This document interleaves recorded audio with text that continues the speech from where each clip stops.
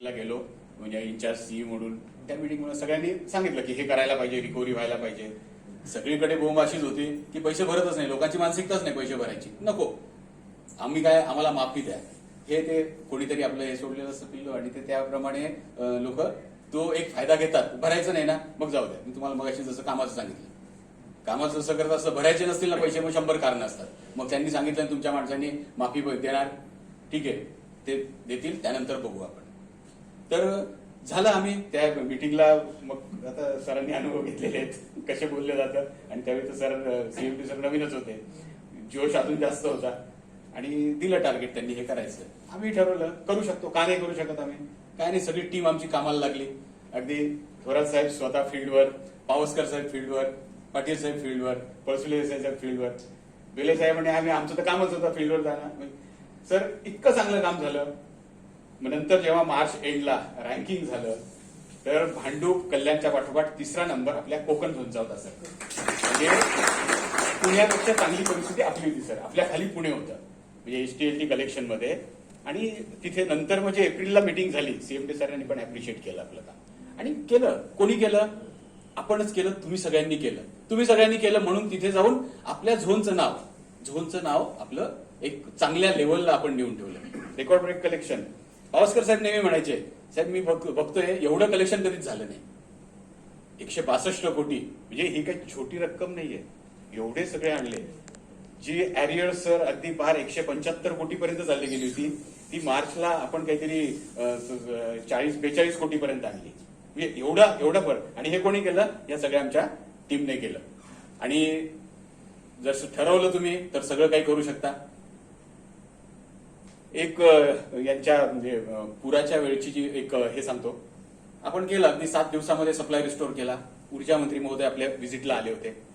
नेमके म्हणजे दुर्दैव आमचं, लवेकर साहेब आजारी पडले, त्यांना ताप होता, त्याच्यामुळे म्हटलं नको तुम्ही येऊ नका, कारण तापात त्यावेळी सगळ्यांना भीतीच होती ना. म्हटलं तुमच्यामुळे अजून कोणाला नका.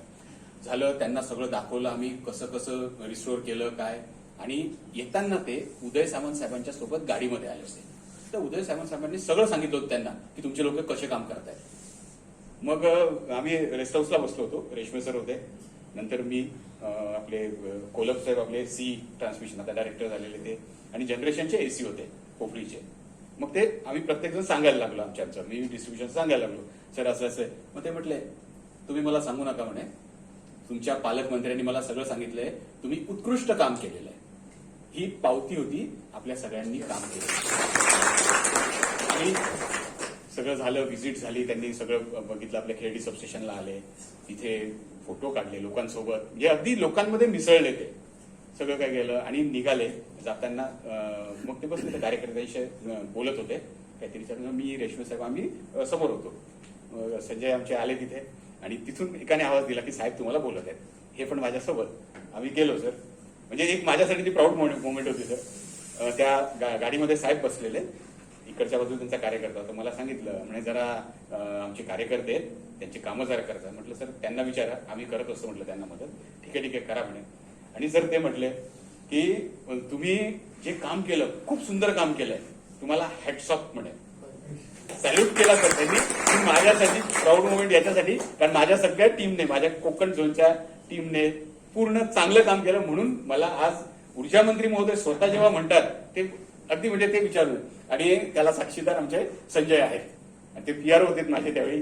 त्यांनी खूप चांगलं म्हणजे एक आपली, आपण तर काम करतोच पण बऱ्याच वेळा असं असतं की काम हायलाईट होत नाही, पण ते काम मात्र त्यांनी केलं. आताही त्यांचा जेव्हा चार्ज काढून घेतला, मी त्यांना बोलतो की मी कांबळे साहेबांशी बोलतो, पण ते म्हटले नको आता बस झालं, भरपूर केलं मी, आता नको, आता त्रास सहन नाही होत जास्त. मला ह्या 2.5 वर्षाच्या काळामध्ये सगळ्यांनी खूप मदत केली आहे.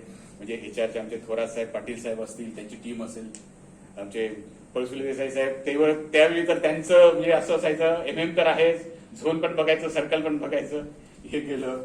आमचे लोखंडे साहेब, सिव्हिलचं काही असलं त्यांना रागवायचं, पण कधी कधी काय बरोबर ना, कधी कधी रागवायचं, पण रागवायचं म्हणजे ते प्रेमापोटी की नाही तुम्ही काम करायला पाहिजे. आणि खरंच त्यांनी करून दाखवलं.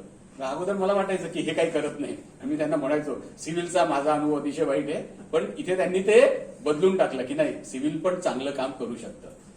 त्यांनी केलं. आमचे आयटीचं स्पेसिफिक नाव घेईल मी, हर्षद नाही वाटतं, हर्षद आपटेने म्हणजे एवढा चांगला सपोर्ट केला. हे अनालिसिस तर मी त्याच्याकडूनच घेतो. हर्षद सांग मला याचं काय, म्हणजे त्याच्यामुळे आज जी चांगल्या पोझिशनला आपण आलो. काम तर सगळेच करतात, प्रत्येक झोनमध्ये करतात, पण हे बारकाईने बघून आता तुम्ही आल्यानंतर जे सुरू केलं सर, त्या पद्धतीने जर आम्ही केलं असतं तर अजून चांगला रिझल्ट आम्हाला त्यावेळी मिळाला असता.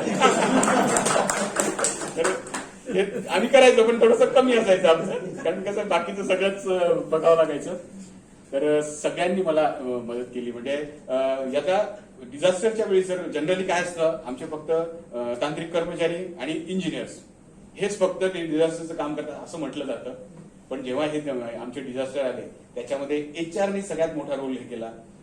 1000 लोक आपले बाहेरून आले होते याच्यामध्ये, पण त्या याच्यामध्ये कोरोनाची एवढी भीती होती, पण एकच सुद्धा माणूस पॉझिटिव्ह झाला नाही सर त्याच्यामध्ये, जे की तिकडे हे केलं. आणि ते कशामुळे झालं की सगळ्यांनी काळजी घेतली सर. ते स्वतः आमचे डेप्युटी मॅनेजर ती गन घेऊन टेम्परेचर घ्यायचे, त्याला सॅनिटायझरचे ते हे देणार सगळं, म्हणजे इतके स्वतः हे करायचे. एचआरने एवढं हे केलं होतं. पाटील साहेब बरोबर ना, आणि लीडर आमचे पाटील साहेब होते त्यावेळी.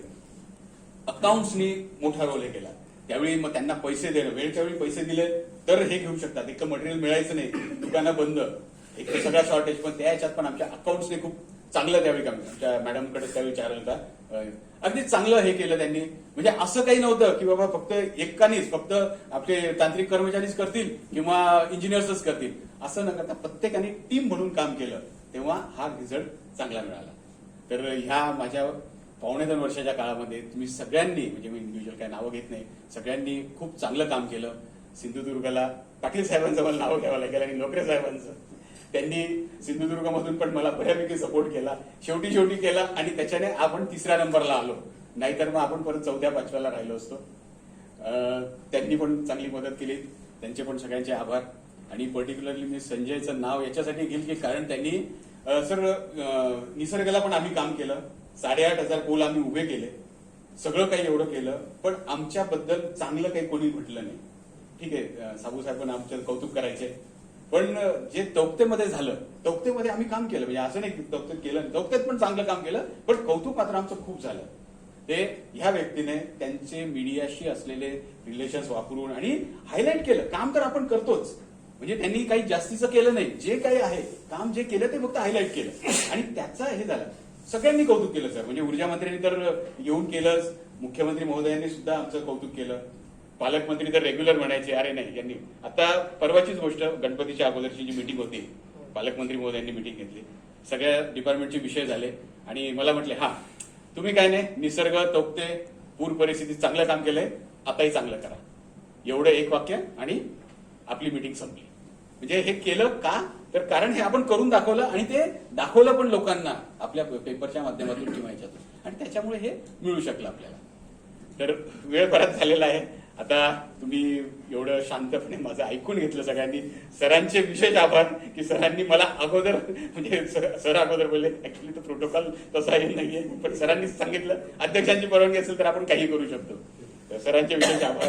आणि मलाही वाटत होतं की सरांसोबत अजून जास्त काळ जर काम करता आलं असतं बरं झालं असतं, कारण सरांकडून शिकण्यासारख्या खूप गोष्टी आहेत, ते आत्ता मला कळायला लागलं, कारण हे जर मी त्यावेळी केलं असतं ना तर अजून चांगला रिझल्ट झाला असता. सरांबरोबर आपल्या सगळ्यांचे पुन्हा एकदा आभार. आणि आता ट्रेनिंगच्या माध्यमातून तर मी सगळ्यांशी कनेक्टेड राहणार आहे, कारण अख्ख्या महाराष्ट्राशी कनेक्टेड राहायचंय, तुमच्याशी तर राहणारच आहे, काही प्रश्नच नाही. त्याच्यामुळे सगळ्यांची डिमांड हीच आहे की आम्हाला ट्रेनिंगला बोलवा, नक्की अवश्य बोलवणार. एक मेल टाकून ठेवा, ती बॅच आली की त्यावेळी नक्कीच आपण तुम्हाला बोलवणार. तर जास्त वेळ न घेता मी आता इथे थांबतो. धन्यवाद.